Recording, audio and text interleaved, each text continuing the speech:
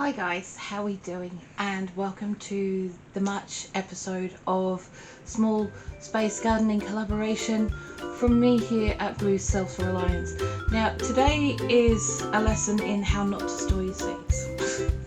I'm going to be intensively growing my beds this year. The reason being I want to get as much bang for my buck from each bed as possible and to get as much food out of each one. It also helps with the whole permaculture thing and food forest idea.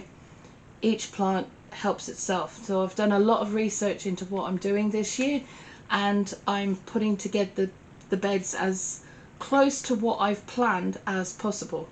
The greenhouse. Now I have two 8-foot beds in there, as you can see here on the screen, and the one on the right, which is the one that you can see now, is I will be having cucumbers. That's going to be my cucumber bed. Now in that bed I'm going to have Saccamaria Bredo, I'm going to have Market More, I have pickling cucumbers, Gherkin Venlo, I have another one which is SMR 58 pickling variety from Ed Hume's Seeds.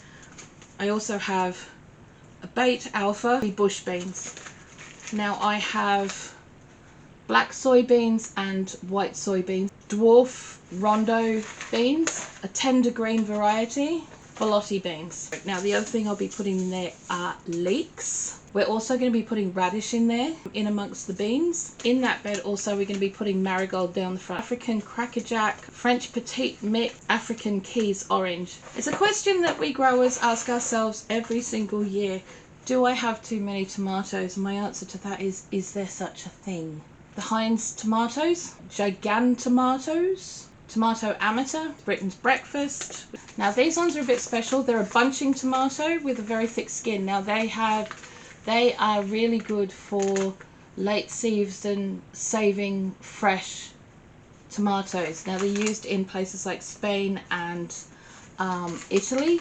Indigo apple tomatoes, some Tigerellas, Sweet Millions, San Marzano 2, Crimson Crush. Now these are supposed to be blight resistant, so we shall see. The giant raspberry, money makers of red cherries, Garden Pearl, Marmande, Golden Sunrise, cherry tomatoes. Now in that bed obviously we have basil, we also have nasturtium.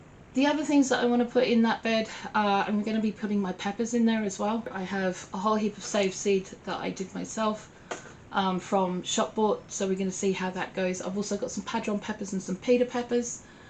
Now in there also, as you can see, we've got two 2-foot by 2-foot beds. Now one of those is going to have the grapevine in it, and at the bottom of that I'm going to be later on in the year growing some winter hyssop. Or yeah, I'm going to be growing hyssop, not winter hyssop, because apparently it's reported that it actually helps with the fruit growth. So we're going to see how that goes. Give it a crack. What's the worst that can happen, you know? So, and the other one I haven't really decided yet. I think it's going to be a salad bed at this point, just for the case of it being a salad bed, and later on in the year probably some greens that we can keep close to the house for you know, during the winter, and you know, maybe things like turnips and stuff like that. Moving on to the front beds, we have our big bed. I wanted to do a 3 sisters bed, but I went down a rabbit hole. There's a 7 sisters bed. For our squash pumpkin layer we have zuccas, spaghetti squash from Queensland Blues. For our corn, strawberry poppy corn. And then for the beans, climbing French beans, runner beans, Kentucky Wonder Wax.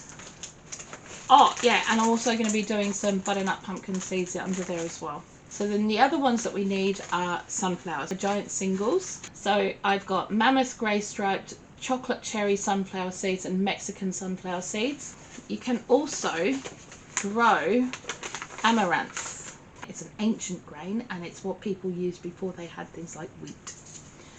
Fantastic. You can also use it as an equivalent to quinoa. Jerusalem artichokes, I have to put those in. The next one you have to put in are ground cherries or physalis, Cape gooseberries. The last but not least one, now it's okay, so the 3 sisters bed basically works so that you've got corn, which holds up the beans and gives it structure. Then the squash or pumpkin plants that go underneath, mulch the bed, make sure that it crowds out all the weeds, all of that kind of stuff. You've got the sunflowers, which bring the pollinators to the higher stalks of the corn.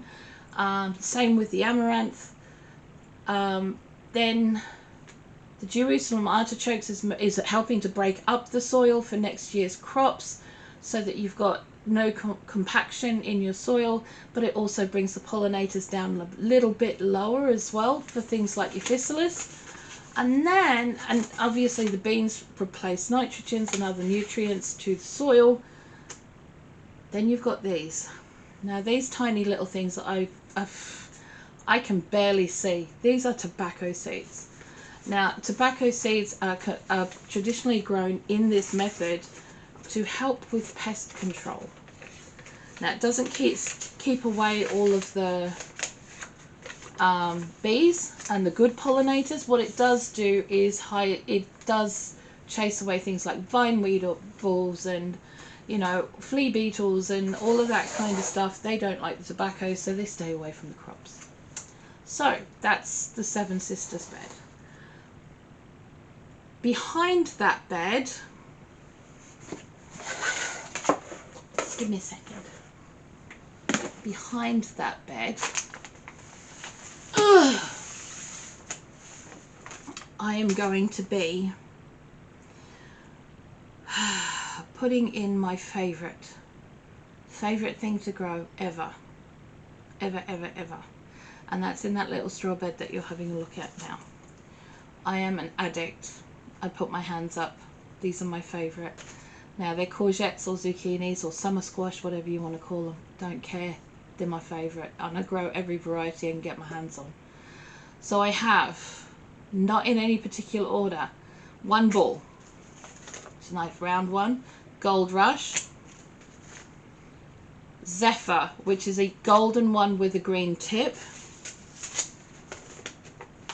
I also have Black Beauty, Denisa, Golden Zucchini, Grisette de Provence, Patty Pans, and Yellow Scallops. Custard Whites, Patriot. They don't have any particular variety on these. It's just a gold one, a green one, and a kind of slightly stripy variegated green one. Jean de Veur, which are a white one with a green stripe. They're also an F1 variety, so apparently I can't sow seeds, but we'll see what happens.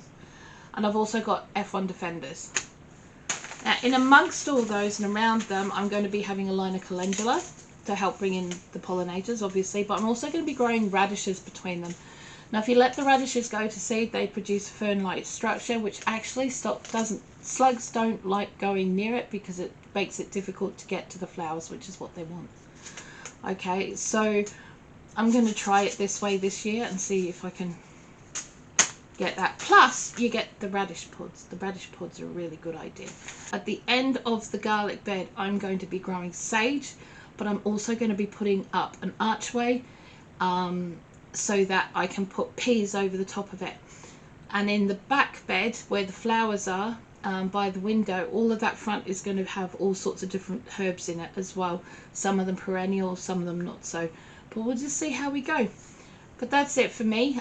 We have loads of other things we're going to be growing this year. Obviously, those are the ones that I'm going to be focusing on the most. The rest of the stuff's going to be putting in containers around the garden once we get it sorted out. And yeah, so there you go. That's what I'm growing this year. That's why I'm doing it. And let's just see what happens. There are 9 other content creators in this collaboration. Go follow them and see what they're up to too. Every single one of us has a different area to grow in, and every single one of us, you know, has something different to offer, and it might be something that you're just looking for. So go and have a look in the description below.